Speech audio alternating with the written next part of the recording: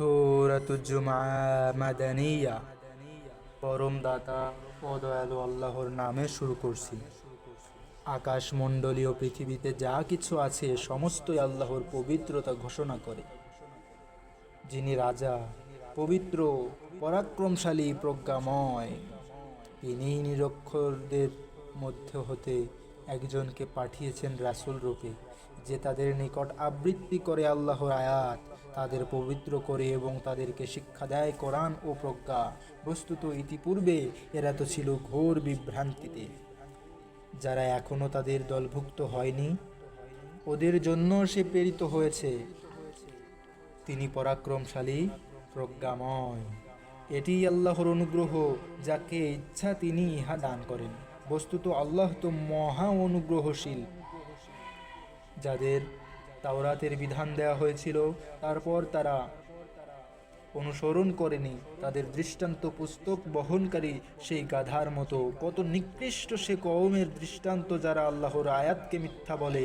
আল্লাহ জালিম কওমকে সৎ পথ দেখান না।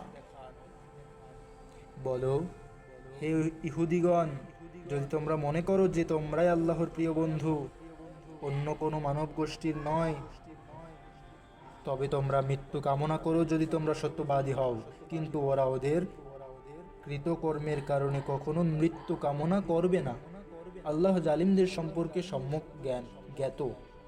বলো, তোমরা যে মৃত্যু হতে পলায়ন করতে চাও, তোমাদের সে মৃত্যুর সম্মুখীন হতেই হবে। তোমরা প্রত্যানীত হবে অদৃশ্য ও দৃশ্যের পরিজ্ঞাতা আল্লাহর নিকট, এবং তোমাদের দেওয়া হবে যা তোমরা করতে। হে বিশ্বাসীগণ, জুমার দিনে যখন নামাজের জন্য আহ্বান করা হয়, তখন তোমরা আল্লাহর স্মরণে ধাবিত হবে এবং ক্রয় বিক্রয় বন্ধ রাখবে। এটি তোমাদের জন্য শ্রেয় যদি তোমরা উপলব্ধি করো। নামাজ সমাপ্ত হলে তোমরা বাহিরে ছড়িয়ে পড়বে এবং আল্লাহর অনুগ্রহ সন্ধান করবে ও আল্লাহকে অধিক স্মরণ করবে, যাতে তোমরা সফল কাম হও। ব্যবসায়ের সুযোগ অথবা ক্রীড়া কৌতুক দেখলে তোমাকে দাঁড়ানো অবস্থায় রেখে ওরা সেদিকে ছুটে যায়। বলো, আল্লাহর কাছে যা আছে তা ক্রীড়া কৌতুক ও ব্যবসা অপেক্ষা উত্তম। আল্লাহই সর্বশ্রেষ্ঠ রিজিক দাতা।